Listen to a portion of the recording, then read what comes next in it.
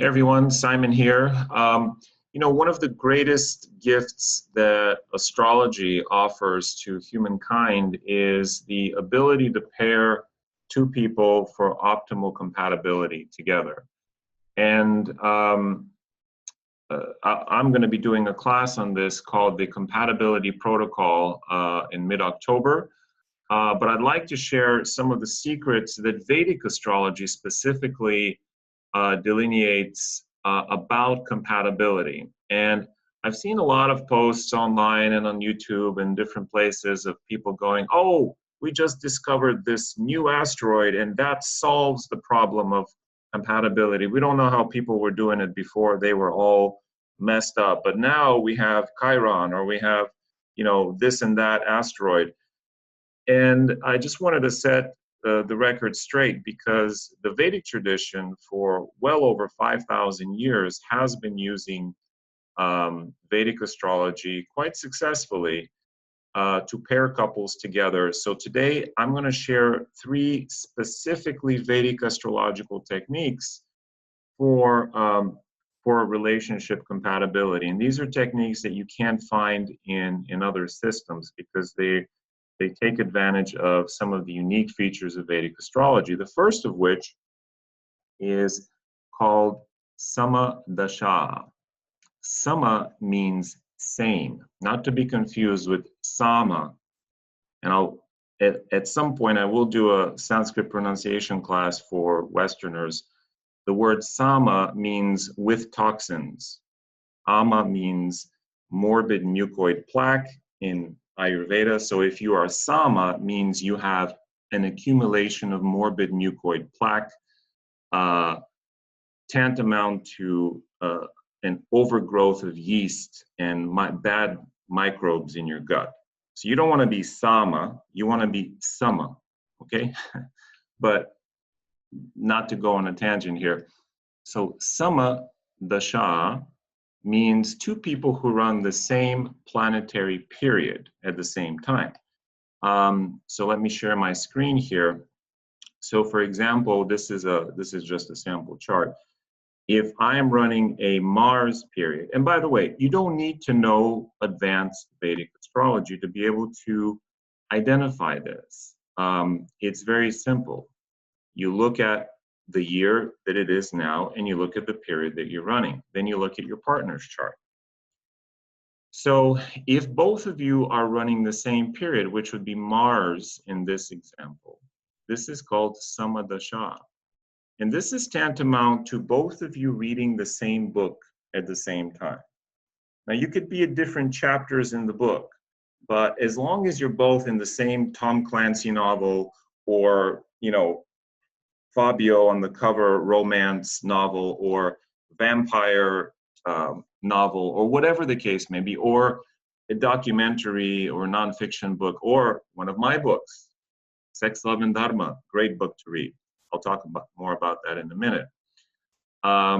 Nothing like shameless self-promotion, right?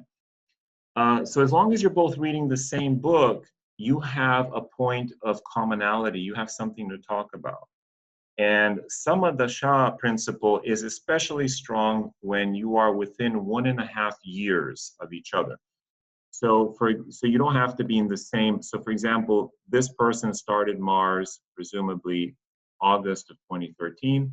If you maybe started a year later or a 1.5 years sooner, you are extremely tight and extremely aligned. Okay, and in my compatibility protocol class, I'll show you how to quantify that. So that would get, for example, a full 5 points. If you are 1.5 to 3 years apart, that's slightly less, but still very strong, you'd get 4 points. If you are 3 years to 4.5 years apart, you'd get slightly less points, and so on, okay? Now, if one person, say, is at the beginning of their Rahu period, and the other person is at the end, and they're about 15, 16 years apart, during the time they are both in the same period, they'll have a commonality. But once Jane finishes this book, she's going to move on to another book, okay? And you're still stuck reading the same novel for another, 15 years. So that transition can indicate a juncture in your relationship. Now, if the next period that Jane enters is compatible with you being here, then you should be fine. But the Samadasha magic will be gone. Okay? So the first technique to indicate strong compatibility, a strong connection, whether with a love partner or a business partner or even with your children. For example, a parent who runs a Samadasha period with their child is likely to feel very close and connected to them during that period. They will be implicated in their life in a way that perhaps even more intensely than a parent who is not running a Samadasha, or worse, who is running a period inimical. And I'll talk about what inimical periods are in the Compatibility Protocol. So this Samadasha applies not just to romantic couples, but to any two people who are aligned with a purpose. It's like, I give the analogy of sharing the seat in the same bus on a long bus ride or a long plane ride. You may not have great compatibility, or you may never have met this person otherwise, but the fact that they are there in the seat with you, you start having a conversation, you start to get to know each other, and maybe they share things with you that they don't even share with their family.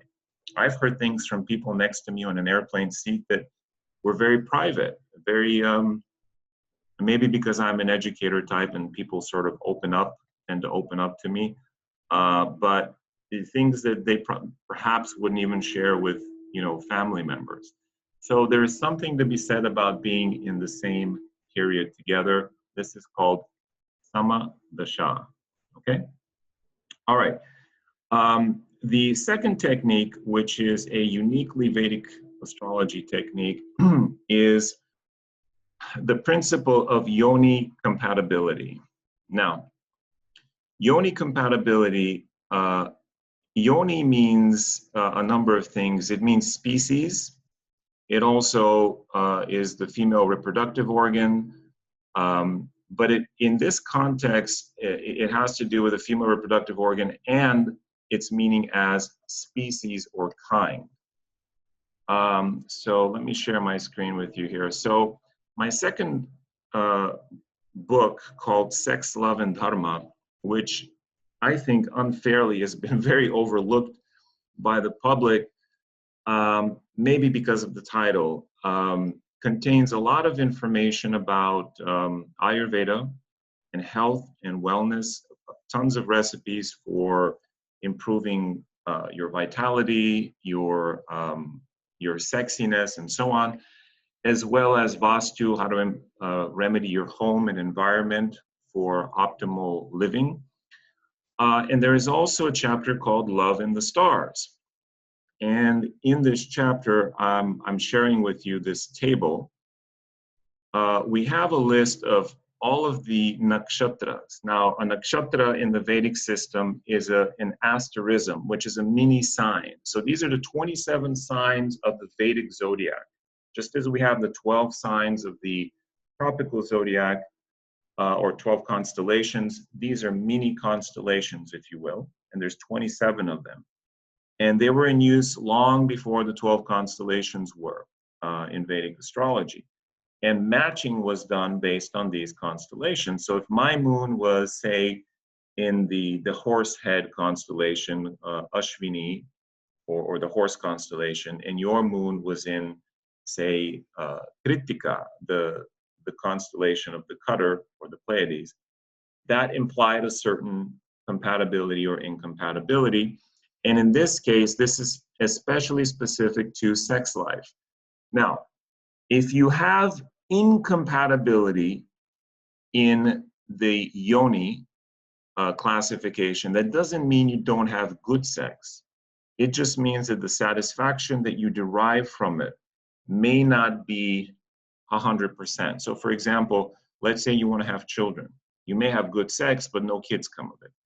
Or let's say you have good sex, but you still want to be with other people. Or there's still something about it that leaves you wanting more.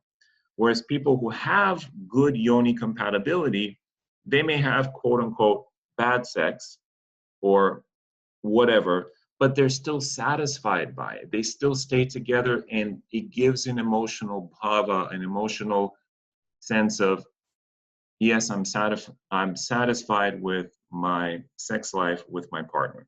Okay?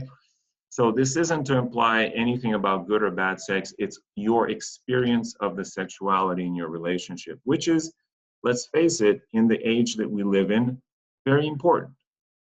So in the example I gave, if one person is Ashwini and the other person is Kritika, these are represented by two different animals. And they're also represented by by genders. Now, if the Ashwini is a boy and the Kritika is a girl, and he's a male and she's a female, that's very good. And I explain how to determine this in the book. I do encourage you guys to go out and get this book, not because I'm going to make any money on it. I'll maybe make $1 of every book you get, but because the information in there is really a distillation and a compilation of a lot of disciplines that I've studied. And these charts, I think, are very useful. So a little bit farther down the page, I give the instructions on how to use this, on how to use the Yoni chart, and then even a graph on how the two will match. So the horse and the sheep, you can come across here, sheep and the horse gets 2 points, average compatibility. Okay, you see that here, the sheep and the horse. Let me draw that spotlight. So here is sheep, right? And you go across and you get horse. Now this is simplified because it matters if one person, so if the girl is the male animal and the boy is the female animal, that's not as good, okay?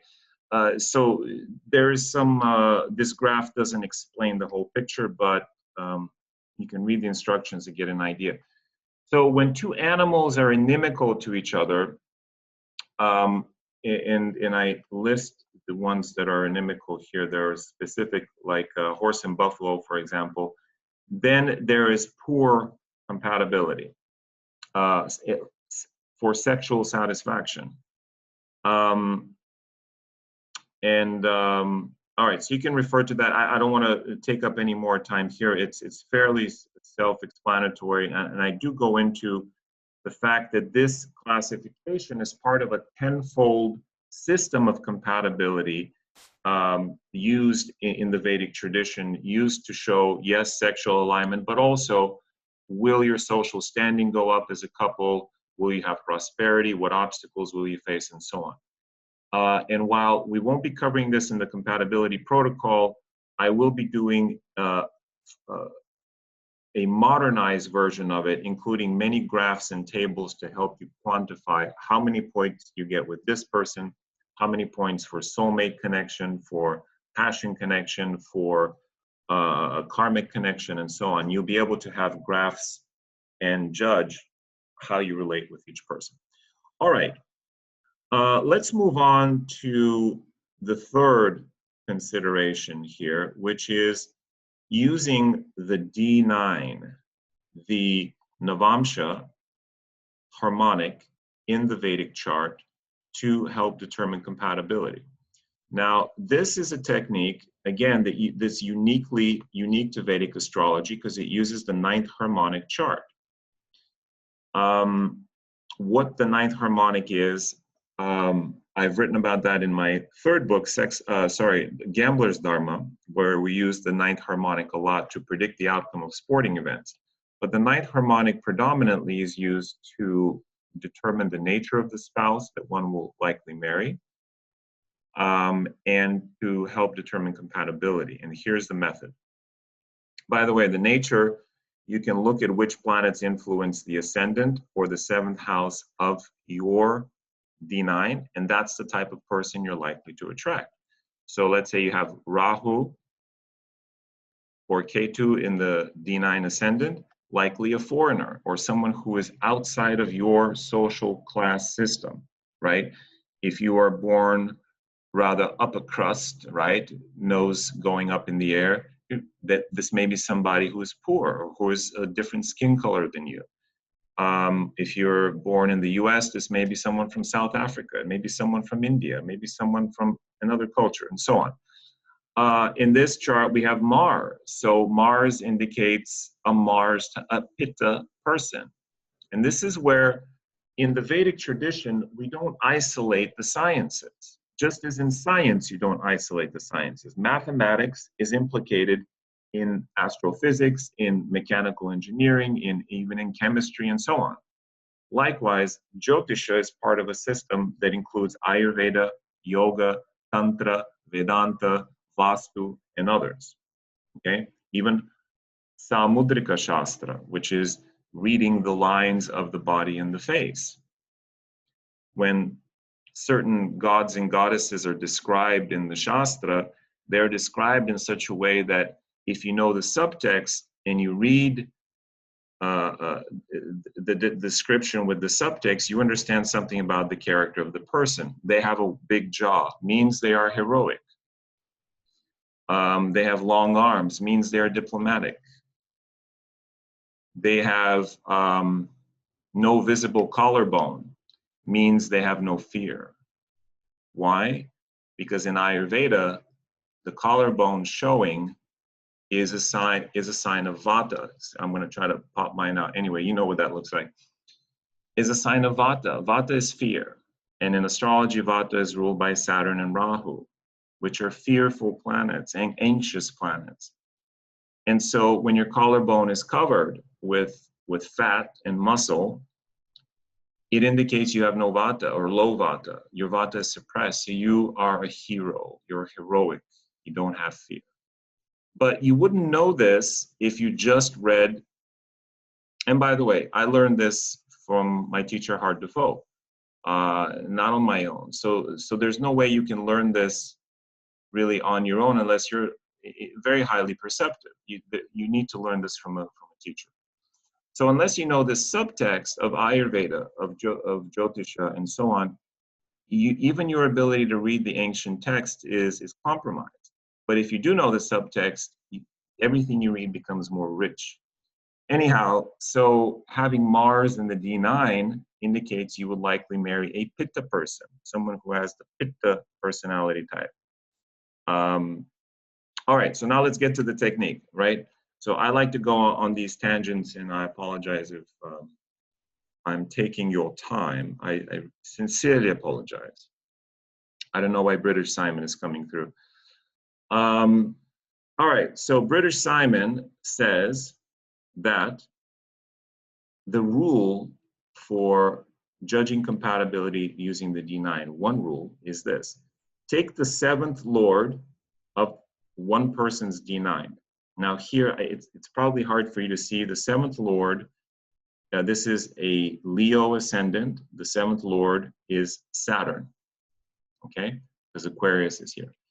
Take Saturn, the D9 seventh lord, and put it into the other person's main chart, D1. If it falls in houses 6, 8, or 12, that's going to create problems. And that person is going to think you are the problem causer. Let me repeat that. If the seventh lord of your D9 falls in your partner's 6th, 8th, or 12th house, it's going to indicate that your partner sees you as causing troubles related to these houses. If it's the 6th house, fighting, opposition, enmity.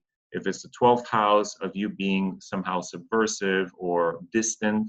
If it's the 8th house, just health problems, maybe even sexual problems, scandal, indiscretions, and so on. Now, you do the same thing for your partner. Take your partner's D9 7th lord, put it in your main chart. If it falls in 6, 8, or 12, then you will perceive them as being problem makers. If this happens bilaterally, this is an issue, okay? If it's not bilateral, if it's only from one chart to the other, it can be dealt with, and you have to look at it in the context of the rest of the chart. If it doesn't happen at all, then that is a good sign. It means that you know, what you evoke for your partner is generally positive, and what they evoke for you is positive. So for example, if the D9-7 of your chart, D9 7th Lord, falls in their 5th house, then they will see you as a source of entertainment, amusement, children, creativity, fun, and so on. And likewise, if their D9 7th Lord falls in your 1st house, you will see them as being someone very much like yourself, someone who improves your personality, who implicates themselves in your health and wellness and so on. So this is one way to interpret this. So these are 3 techniques from Vedic astrology. And okay, I'm going to give you a bonus one here. And this one is much more simple than this last technique, but is very similar in its application. Look at what sign your sun is. So in this example, the sun is, forget the house, the sun is in Leo, okay? If my sun is in Leo, take that and put it in your partner's chart. What house does that fall in? Does it fall in the 6th house? Then that means you will shine light. You will evoke 6th house meanings for your partner. Not very sexy, but you will help them get healthier. You will talk to them about diet, lifestyle, and wellness. You'll be a bit of a nag. Hey, stop putting salt on your food. Hey, why don't you do this? Hey, right? So if my sun is in my partner's 6th house, I'm going to bring her awareness of her health. I'm going to nag a little bit about, hey, why are you doing this? You should be doing this. Okay, 6th house stuff. If my sun falls in her 3rd house, I may be like a brother to her, like a sibling. I'll help her with her willpower. We may do a lot of traveling together, short distance trips and hikes and so on, like that, okay? So if my sun, again, falls in 6, 8, or 12 of my partner's chart, generally negative. Likewise, if her sun falls in my 6th, 8, or 12th house, generally negative. If they're bilateral, not great for a relationship. But this is more qualitative than quantitative, meaning this gives you a bit of a flavor of who am I to my partner and who is my partner to me.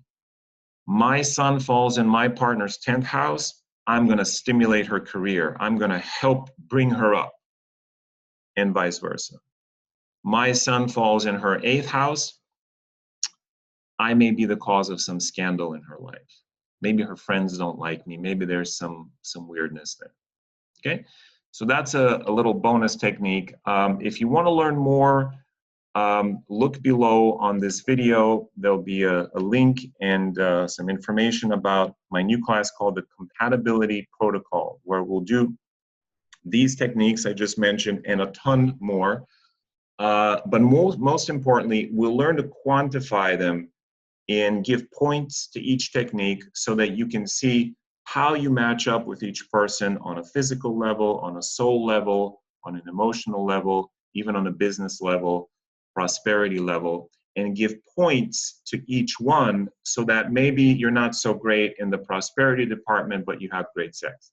Or you have great sex, but you're not really soulmates. Or you're soulmates and you have great sex and you're great for prosperity, right? It is possible to be up high on all of them. And of course, that's what we're all looking for, right? Which is an ideal match. So in the Compatibility Protocol, I'll teach you guys how to do that. I'm summarizing what I've learned over the course of many years. And I look forward to seeing you guys there. So I hope this was useful to you, and we'll see you soon. Bye for now.